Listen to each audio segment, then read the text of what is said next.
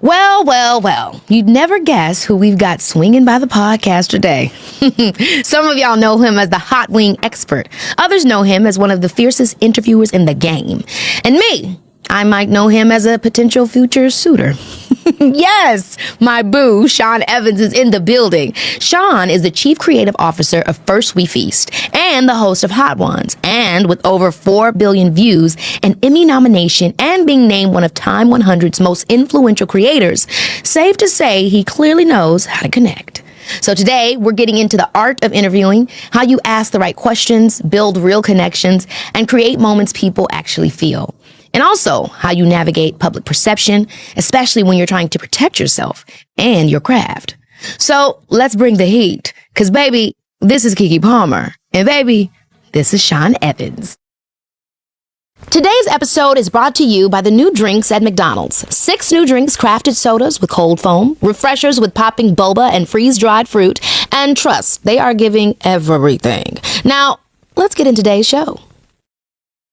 Sean! Hey there. Good to see you. Good to see you. I'm on your side of the world. I know. Come on. Have you been feeling in New York? The weather's been nice. It is. Spring's starting. I feel good. It's good to be here. Good to see you on a Friday afternoon. I know. I was so excited, and I'm so thrilled for our game. He has no idea what it's going to be. But you did do these pre-show pull-up questions, so I'm going to get into this. Wait a minute. Your zodiac sign, you're a Taurus. Yes. Your moon is Scorpio. I felt that. You knew that. I could feel that. You know who helped me figure? SZA actually figured this stuff out for me. You told her your time. My time, the date, the location, all of the things. You have a lot of good stuff going on. You have a rising in Libra. I do feel that I see you always having a nice look on. Your aesthetic is always good. That's what we know about Libras. Okay, yeah. I was hoping you'd teach me about Scorpio, this. a little mystery. Ooh. You know, very always can get what they need to get done. You know, like this is the goal. Boom. And then Taurus, do you feel stubborn at times? In certain things. That's what I always feel like filling out these sorts of things. Where I'm like, I don't know. I guess sometimes that makes sense to me. But yeah, I mean, that's how astrology can be. Like, sometimes it's like on the nose, and other times like this could be anybody on any given day. Do you know what I think I do? I think I have like a strong gut on something, and then if something doesn't feel right, like my body physically like won't let me do it. You know, I do think that there is like a real like wall. Like I think that there is a certain Taurus stubbornness, I guess, if I was to diagnose it. Also, that sounds like discernment too. Sounds like you have a really good intuition with yourself, and you're like, oh no, I ain't going there. That's good. Your love language, quality time, and words of affirmation. Now, is this what you want to hear, or this is how you give it out? I think it's I think it's reciprocal. Like I think it's both ways. I think that's what works for me, and then I think that that's also how I express it. I also do want words. You know, I feel like I show it with physical touch and quality time. I feel like and acts of service. I feel like that's probably how I'm giving it out. But how I want to receive it is tell me that I'm great. I'm checking some boxes then. You must tell me. What's a question you wished you were asked more in an interview? I mean, you're always interviewing. So. Yeah. I think it's interesting because no one really talks to me about doing actual interviews. You know, when I sit down and do interviews, people are always like, oh, like, what's the craziest thing that happened on Hot Ones? Like, how's your stomach doing? Like, those sorts of questions. But I never really get, like, questions about doing interviews, which I find interesting. I'm very excited because that's actually all my questions. Who is someone that you met that made you feel starstruck? This was really cool to me. Gordon Ramsay. Never knew you liked chefs like that. Well, I think it was because when we shot with him, there was such internet peer pressure to push us into a room together. Like, I felt bad doing Hot Ones because every time we'd be like, this week on Hot Ones, all of our comments would be like, when are you having Gordon Ramsay on the show? And then same with him. Like, his Instagram was just full of like, when are you doing Hot Ones? So I felt like the internet kind of peer pressured us into a room together. So it had this elevated importance to it, like a real kind of playoff game, like a YouTube Super Bowl kind of feeling to it.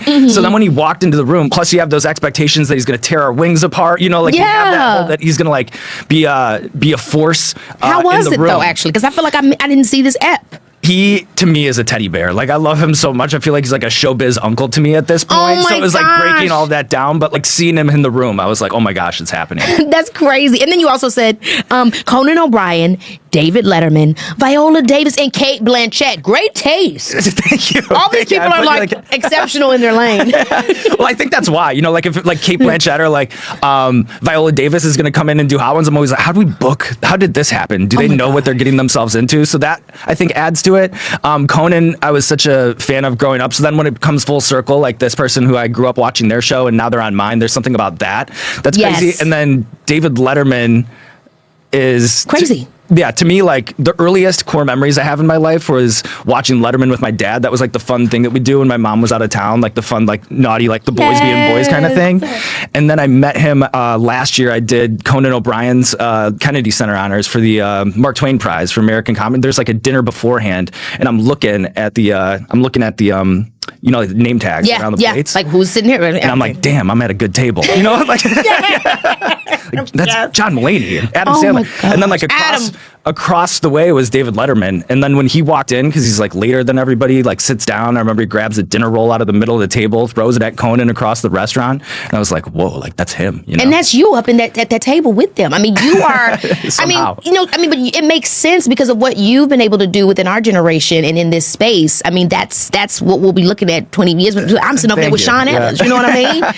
Well, let's go back to the beginning because you're also a Midwesterner like myself. That's you're from Crystal Lake, Illinois. That's right. And I'm from Robbins, Illinois. I don't know what's Crystal Lake's vibe. Is it very cornfields? It's like the last suburb, I feel like. I think like beyond that, it's all cornfields, but it's pretty far out. It's like an hour, 20-minute drive. Is this Chicago. north? Is this northwest? Northwest. Okay. Metro Union Pacific Northwest. Wow. Take it almost to the end of the line. So growing up there was like? It was actually like an awesome child of the 90s experience. Now that I look back on it, it was very much a ride my bike around the neighborhood, Little League kind of experience. And I remember the street that I grew up on, everybody had kids that were all within 3 years of each other. So it was like, oh, they're playing basketball in the driveway over here. They're skateboarding over there. There's a super soaker fight in the backyard over here. There was always like stuff going on. And I do look back and think of it as kind of like the quintessential 90s suburban experience. I mean, I do think John Hughes got it right. Yeah, exactly. You know what I mean? Right out of that. And like John Hughes also, like from that area too, or is like making movies at least set in that area. So I think that like the John Hughes vibe did kind of track with my experience growing up. I do feel like growing up in the Midwest is like such a dope like way to grow up. What do you feel like is the most Midwestern thing about you to this day? I think it's like my mom was the nicest person I've ever known. And I think that kind of rubs off where there's always this kind of make sure I'm not stepping on anyone's toes. Make sure I'm not rocking the boat. Like, is everybody okay? Sort of a thing that I think I still have to this day. And I also think that it gave me the ability to kind of sit at any lunch table. When I was growing up in high school, like I felt like, you'd have friends from this group, like these guys on the football team, like these guys who do plays, like these guys who are musical, like whatever. So I think all of those things kind of informed what I do now, which is always trying to catch a rhythm with other people's personalities and doing mostly celebrity interviews. So you're going to have big personalities. And I think a lot of that was shaping in a way. I mean, you're very quick on your feet and you talk about watching like David Letterman or even Howard Stern growing up. Yeah. What tactics do you think you were picking up that you use in your style of journalism? Well, I think there's different things. Like, I don't know. I do think I have like my own style, but I think a thing that I pick up on is Letterman had this kind of irreverence, especially later on in his career, where, he's got this like big, huge show, but I think he'd more or less, this is just my take on it, but he'd more or less like stop the kind of like ratings wars with Leno and just kind of like be himself out there and almost had like an irreverent view of like his own job in a way, which I always liked too, like looking back now is like not taking what I do too seriously. Like ultimately at the end of the day, I'm a chicken wing talk show host, and I should just kind of lean in and embrace that side of it and like not try to make it too big. And I think that's something that stuck with me from Letterman. And then I think in Howard, it was just the kind of way that he'd kind of lull you into a web, that you didn't even know that you're really like leaning into. You are excellent at that. Because what I love so much watching you, even though I'm in the experience, obviously having been interviewed by you several times, is like you said, you have your own style of that same sentiment where you have an arc that you're building from the beginning with everything that you've pulled that brings around to the conversation you're deciding to have with that artist, with that person about themselves. Yeah. I mean, do you decide when you're going to have somebody on that this is what I think about them, this is what I want people to at least learn and know about them, and this is how I'm going to get there? Or I mean, it is a funny thing that you're filling out. Like, it's a funny thing to think about, or how you kind of chess match it, or how the Tetris blocks kind of stack on top of each other. Because I guess when I'm looking at it, I'll marinate in somebody's life for a week if I have a week before I sit down with them, walk a mile in their shoes. And then you do a lot of armchair psychology when you're doing that. You're kind of like trying to figure this person out, but then you don't want to overly put them in a box, because all of the things that you're watching from them is like a version of them in a box. You know what I mean? So you want to think about, how do I, what do I find interesting about this person? What am I naturally just intellectually curious about? That should lead. And then how am I going to show a different side that isn't already represented in all of these things? And that could be a risk, like sometimes that works out, sometimes that doesn't. But I think it's worth going there, because then you're going to have a different vibe on the other side of it. And then that's why I think, in addition to the wings, it is that interview, trying to meet the guest halfway so that they're always eating the next wing, that I think ultimately gives Hot Ones that kind of, what's it like to have a beer with this person show exactly effect. Yeah. And getting them out of there, almost like how comedy or horror can act in film and TV, where it gets you off your feet, but not in a negative way. Like, it's always so positive with Hot Ones, but you're still kind of knocking that person off their feet, because with that wing, you can't think too much. Right. Yeah. The PR training goes out the window when you're just trying to survive out there. Exactly. I mean, when this idea came to you, you're working at Complex. Yep. Like, tell me the story. They come in with this idea. I think it's, Chris Schoenberger. Chris Schoenberger, yeah. So he comes in and says, hey, I want you to eat wings with folks. So really how it worked out is we were at Complex, and back in 2014, that started this wave where every magazine became a YouTube channel. So in order to keep our jobs, we had to come up with some sort of video product. And then Chris and I were honestly just like water cooler buddies in the office. Like, we would just always be chatting and had a good vibe. And First We Feast at that time was just a written blog. It was winning James Beard Awards and stuff. It was cool. It was like this blog at the intersection of food and pop culture, but Fabulous. It was kind of, if you know sort of a thing. So he had to come up with a video product. We were talking about things for a while. We were in the Complex office, so celebrities would be walking the halls all the time. So we were like, maybe a celebrity interview show would be viable just because of our proximity to it. And then, we needed like a food element because it was a food brand. We had this idea that celebrity interview shows are kind of boring. Why are they boring? Everyone's in kind of a PR-driven flight pattern. What could we do to disrupt it? And he was like, well, what if we had them eat scorching hot chicken wings over the course of the interview as a way to break them down? And I was like, you're a genius. And we ordered a pizza and started hammering out what a pilot would look like and working on the pitch, and then shot the pilot with Tony Yeo from G-Unit. Yeah, come on. Our first ever guest. And that was like 11 years ago, and we haven't stopped shooting them since. And I remember, I think I did mine's in 2016. Yeah. Early guests you were early wave, first wave. I remember when they first told me about this show. I'm like, what the hell is this show?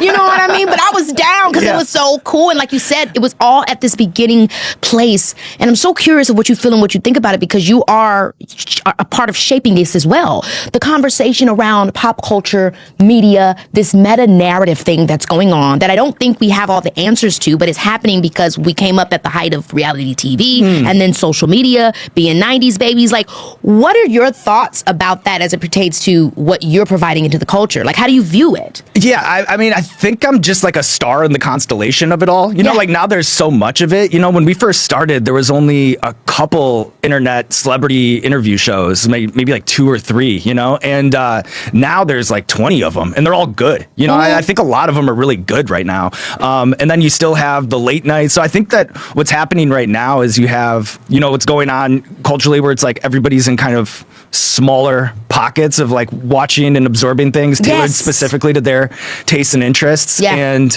I think that that's like the future of it, is just a lot of small studios that are, rather than like sort of monoculture going out and everybody's seeing them, like, I don't know, just like smaller camps, I guess. Yeah, and people getting to choose more. I think before we were forced, because we just had this way of viewing media that whatever they told us was the best thing, which could be true, or it's always subjective. But now you can just go find whatever it is. And I think there's something that's empowering about that. But then also we run into the thing where it's like, how do I find the thing? Yeah. And I miss a monoculture kind of thing, where like we can all talk, and there's like, like movie references that we all understand, or like things going on in shows that everybody can talk about. And that's obviously different now, and I'm not sure it's coming back. I know it's weird, but I'm excited to see where it goes and how to be a part of it. What's something about you day to day that would surprise people who watch your work all the time? I don't know if it'd surprise anybody. I'm just like a routine person, like. Really? So waking up in the morning, what you doing? Gym first. Come on on, Jim. Gym first thing. Yeah. Like, let's say I don't have a shoot that day and I'm not traveling that day, or I don't have an event or whatever. Gym in the morning, like an hour lift, 30 cardio, hit the sauna. Then I'm at Whole Foods. I'm getting the hot bar. Like, that's what I'm eating that day. I'm going back to my apartment. I'm working with my editor, Colin, for a couple of hours. Then I'm going to do some research on whoever I'm interviewing that week for a couple more hours. And then I'm going to smoke a joint and watch a college basketball game and go to bed. This is the I'm a good man schedule. Okay? Everything was doom. But I love what you said about if I don't have anything going on, because those are like the perfect days. Yeah, right. Otherwise, fewer and far between these days. Man, they really are. Because I feel like First We Feast, I feel like that Hot Ones was first. We're in one place, people come, da-da-da. But I mean, I just did it with you. We was in LA. We doing with you going there. Like, when you think about the success of the show, at any point, was it scary? Did it feel like it's falling away from you? How do you maintain what it was in the beginning as it grows so massively? Yeah, there's a lot to unpack there. There are certain times where I can get nostalgic about the beginning and how it's just me and Chris in a dream and us against the world and always traveling together and then putting everything into these weekly episodes and then seeing the growth and the climb and all of the excitement from that and like catching your first white whale guest and breaking 1 million subscribers and like all of these things that happen. And then I think the deeper and longer you go, these achievements that before would like make your entire week just become mile markers that you're like passing on the highway or something. And I miss that side of it, that sort of the youthful ambition and the delusion and the excitement of all of that. But then also too, like, time also gives you a much healthier mindset with the whole thing, or experience, or stacking it up, where like you have some years where you crush it and everything's crazy, and then you have a year where things are down and you think it's the end, but then like when you go through it and you have enough, it's just like, oh well, this is it all ebbs and flows and changes, and it's not like this sort of nonstop trajectory up, like you take 2 steps forward, 1 step back, 3 steps forward, 2 steps back, like it becomes this kind of dance. And I'm now like, I think that's given me a better, healthier mindset on the whole thing. So now I just really only look at things as the next challenge or the next assignment or the next thing. I really think I've become like a Pac-Man who's always just like eating the next pebble. Yeah. And like that I think has been healthy, because I'm just like, you know what, if this interview is good enough, then they'll pay me to do another one. And if that's good enough, then they'll pay me to do another one. And that's kind of how I started. And that still to this day is what fuels me, I guess. Did you ever have an end goal? Did you ever say, well, I would love to be able to be doing, I would love to have my own radio. I would love to have, like, were there any things for you that were in the beginning and that still stand for where you want to go? I think I've done so many laps around any expectation that I ever had for myself that it's all house money at this point. Like I never dreamed as big as I live, Oh my gosh, that is so cool. I don't aspire for anything bigger, to be honest with you. I think I've gotten more out of it than I ever deserve. So like from this point forward, I think there's a responsibility to the audience who's been so loyal to us for so long, and that keeps me motivated. There's a responsibility to my guests, these people who've achieved amazing things and have stories to tell, and I owe it to them to make sure that I have what's hopefully a thoughtful, career-spanning interview when I sit down with them and I'm prepared for it. But other than that, like, I don't look at anybody in Hollywood, anybody in the entire landscape and say like, oh, I'd rather have that, or I want that next, or whatever. Like, I really wouldn't trade places with anybody. I'm very comfortable in the lazy boy that I'm in. That's that Midwest. That is Midwest straight up. Now, you were also a copywriter in Chicago. I was like, look, I was doing my research. Yeah, you were. I tried to get up to you went deep. Sean Evans of it all. What type of stuff would you write about? So actually, it was like the city's tourism agency was called Choose Chicago. I don't know what it's called now. Maybe it's still called Choose Chicago. But sometimes I'll see the billboards up in New York. But it's like basically working for the city to promote the city of Chicago on a tourism level. So if you ever see like in New York, you go to a bus stop and there's some sort of aerial shot of Lake Michigan and the beach and the weather, and like they're like, visit Chicago. You know, it was doing that sort of stuff. Wow. So if you were a copywriter today, what would you be writing about? I don't know. That's the other side of it too. Is to be like, I don't even know. Like, it's like, oh, if you didn't have this job, what would you be doing? I was not a great copywriter. You know what I mean? That's I had to get out of there. But you're hilarious. But I don't know if I do anything. I can only eat wings and ask questions, I think. That's it. I'm doing exactly what I'm meant to do.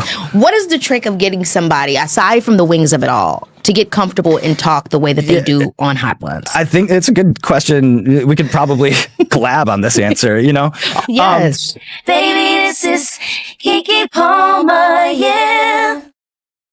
This episode is brought to you by the brand new drinks over at McDonald's. Okay, y'all, these drinks are officially the outside drinks of 2026. I'm talking concert season, game day season, vintage market season, picnic in the park with a cute fit and a lover season. These drinks were built for any occasion worth showing up for, y'all. The Sprite Berry Blast with Sprite Blue Raspberry and cold foam on top. That's your drink before the headliner hits the stage. The Strawberry Watermelon Refresher with freeze-dried strawberries with a little caffeine to keep the energy going is what you and your girlfriends are going to be sipping at the post-brunch afters. 6 new drinks total. Crafted sodas with cold foam and refreshers with popping boba and freeze-dried fruit that go perfectly with even the chilliest of days and the hottest shenanigans.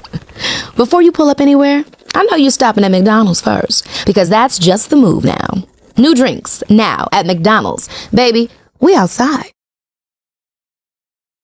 But I think in a lot of these cases, the interviews that I'm doing are dependent on the generosity of the guest, you know, and the effort of the guest, you know, of meeting me halfway. And I think, you know, if you walk into an interview setting and you can tell that someone has done the research, they care about the things that you've made, or they care about telling your story, then you're going to extend for that person more so than if you felt like it was just a scratch and repeat kind of interview, you know? So I always think that we have a lot of hoops that people are jumping through. Like we're having like, oh, the next wing is homegrown hell. Like if you know, like how am I going to get that person to extend for me? Like how am I going to get that person to have a good attitude and eat the next wing? You know, like how am I going to keep them tethered to the format of the show?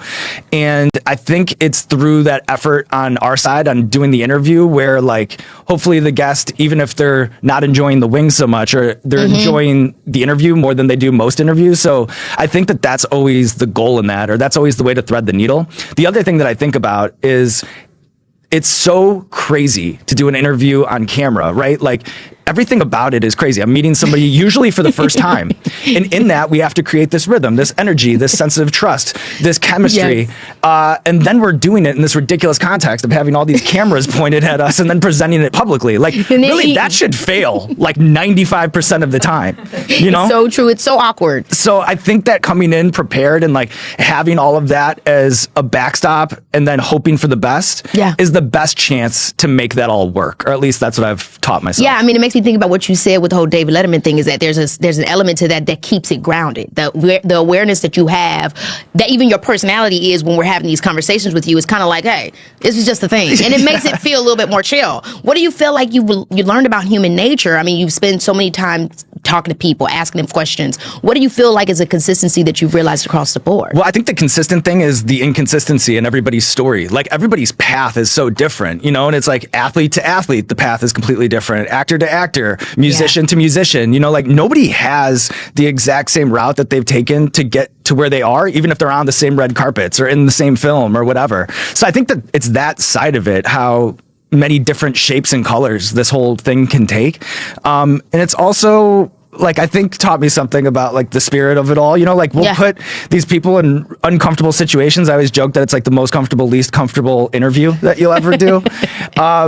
But it's just on the other side of it, it's people fighting through that when they really do not have to at all. Well, I saw Demi and she was like walking like a walk in the park. I was like, she asked us if we have anything hotter. That was crazy. And for you, does it ever get too damn hot? I mean, you know, I know you said you grew up watching the Bears and eating hot salsa with your dad. You did do your research, Keke. Good. God.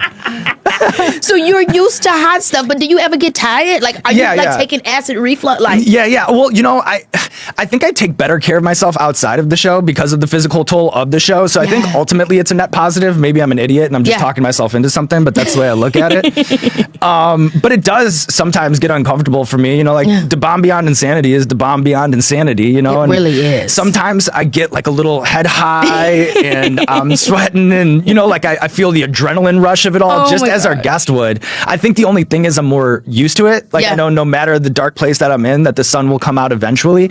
And I do feel a responsibility to put up a confident, calm front for the guest. Yeah. Because if I'm freaking out, then what are you going to be doing? You know, like if you ever went on Bear Grylls running wild and he wants you to rappel down a cliffside, but he's all nervous putting the harness on or whatever, you're not going to follow him. Yeah, exactly. You know, what I'm also thinking too, I don't know if I thought about it ever when we did our interviews, maybe I thought or assumed that it was just like your interview style, but you have such a rhythmic voice, a very rhythmic talking voice that I think is soothing. Yes, like when if you're only going in there, and then I can't memorize, I can't do it, but I'm gonna learn it. But you have such a type of voice. It's good to listen to and follow. I'm literally going on a roller coaster with you when you're talking. There's a rhythm and syntax. I think to the way I write, but also to the way I speak. That's so interesting. Yeah. Now, back in 2017, you went on the Rocks diet. What was that about? What made you want to go on the Rocks diet, and what did it include? So I think this would be pre-Hot Ones days, and I do remember the research. Yeah, look at you. I had to do little wink.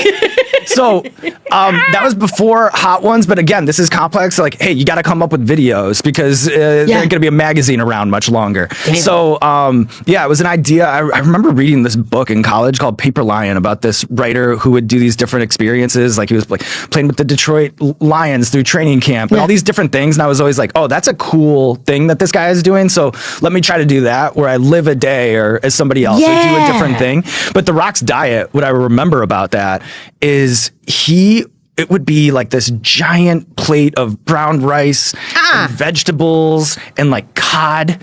Disgusting. And then each plate would weigh as much as like a Range Rover tire.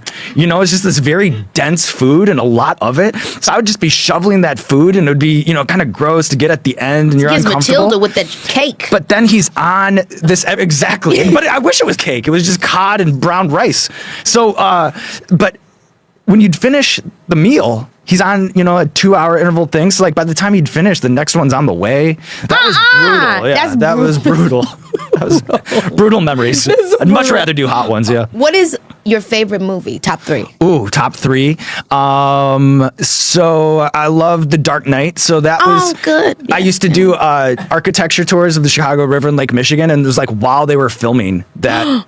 While they were filming that in Chicago, so I'd see, on Lower Wacker, like an overturned ambulance and all these like Gotham police cars all over the place. So I remember like seeing the making of it while it was happening, and then going to the midnight screening and like loving it so much. But I feel like I kind of was in it while it was happening, and it scratched that itch on the other side, so I felt some kind of connection to it.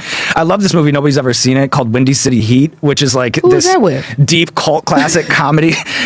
Starring Perry Caravello. Nobody's gonna know this, but I think it's time that I spread the good word. But it's all this like elaborate practical joke, like Jimmy Kimmel produced it. It's this elaborate practical joke where they have this guy believing that he's the star of a movie. Oh no. And they go through the whole thing and it's all very real, and you kind of see the way like the ego of it and the twists and turns and all that they put this guy through. But I've seen that movie like 50 times. And it makes me no, he doesn't. He's the only one that's not in it. No. I know it's the meanest. That's like the Truman Show. It's the meanest. Yeah, it's like the meanest joke ever, but it's so insanely funny. I've watched the movie like 50 times, laugh every time I see it. The Windy City Heat. The Windy City Heat. I'm glad I could borrow the platform to spread the great gospel of that. That is hilarious, Charles. And then third would be, this is a good question. I almost want to like. It tells you so much about somebody. I know. This is good. This is good. Oh Brother, Where Art Thou is a movie that I love. Deep. Yeah. I've got a lot of range. Over here. There's a lot of weight to it. I mean, Dark Knight got a lot of weight too. It's commercial, but it's a heavy one. Christopher Nolan. And then we have Brother, Where Art Thou? That's tough. What did you love about that one? I like the music. I like the spectacle of it all. I like the kind of Odyssey journey of it all. Yeah. Every part of it. I love the dialogue. Just, I don't know, like the Coen Brothers way of doing dialogue is always unique. Always a thing for me. And also too, because I'm on the spot and I feel like the walls are closing in and I had to reach back. I had to reach in the bag and grab one and throw it out real quick. Okay, what shows did you grow up watching? Like the seminal shows of my youth. We grew up at a good time, yes. the 90s. TGI Fridays? Yeah, of course. That was huge for me. But that was, Family Matters into Boy Meets World into Step by Step. Come on, step by step. Day by day. Fresh start over, a different hand to play. Yeah. I love TGIF. Yeah, that was a great time. Such a good time. And I often think that with Hot Ones, the thing that I'm always inspired by when I think about it is I actually want the viewer experience of it to be more like a family member or more like a Family Matters than it is like a Charlie Rose interview. Like I always think there's like some sort of sentimentality or like nostalgia. I always think about like the Christmas specials of Family Matters or whatever, and like what those did, and I always feel like I want that same watch experience with Hot Ones. TGIF was in a lot of ways formative for like how I look at escapism television. Absolutely. And also I look back on that stuff, and sometimes I think I probably can just contextualize pop culture. It's just like I'm always but it's also you're in the soup of it all too. And I'm like, what does it mean to me? Like I'm watching Sabrina the Teenage Witch and I'm like, wow, it was about our internal world. Like I'm always going so deep with everything. So growing up for you, like what music were you listening to? I was a 90s rap kid, you know. Come on. Yeah. Like remember, you know, at a very early age. Like Tupac, Biggie. Yeah. They might be older, but I'm trying to think, like the first CD I ever bought, I think I went and I got Coolio, Gangster's Paradise. Oh my gosh. TLC, Crazy Sexy Cool. Yes. And then Bone Thugs East 1999. I think that was my first ever Bone Thugs and Harmony was it. That video was scary. I recently went Crossroads. You went and watched Crossroads again? That video was scary. Like everybody was gone. Like it was actually really. And it's so funny you're talking about Coolio. Why was I watching Dangerous Minds not too long ago? And that movie is insane. Michelle Pfeiffer goes to like the black lady house to tell her like your sons need to come back to school. You know, like we ain't raising no doctors and lawyers. Why would that mama say that? It was just crazy. Some of those like white savior movies from that era were insane. She's going to the lady's house and be like, your son, they need to come to school. We ain't raising no doctors and lawyers. Why? Why not? Yeah. Why are we painting ourselves in a corner that way? So funny. But yeah, anyway. I remember, like my mom would have to go and buy, you know, because they had the parental sticker on there. Oh my gosh, Blockbuster. I was going to, where was I going? There's a store in Crystal Lake called Flipside, I remember. Best Buy. Best Buy. Do we still have? We still have them. I hope. Yeah. Fry's is what I'm thinking of. The retail hasn't fallen off. Yeah. Okay, so your questions are famously detailed. At what point does the research become a great question? Like when do you know? Like, are you like? I mean, I don't want your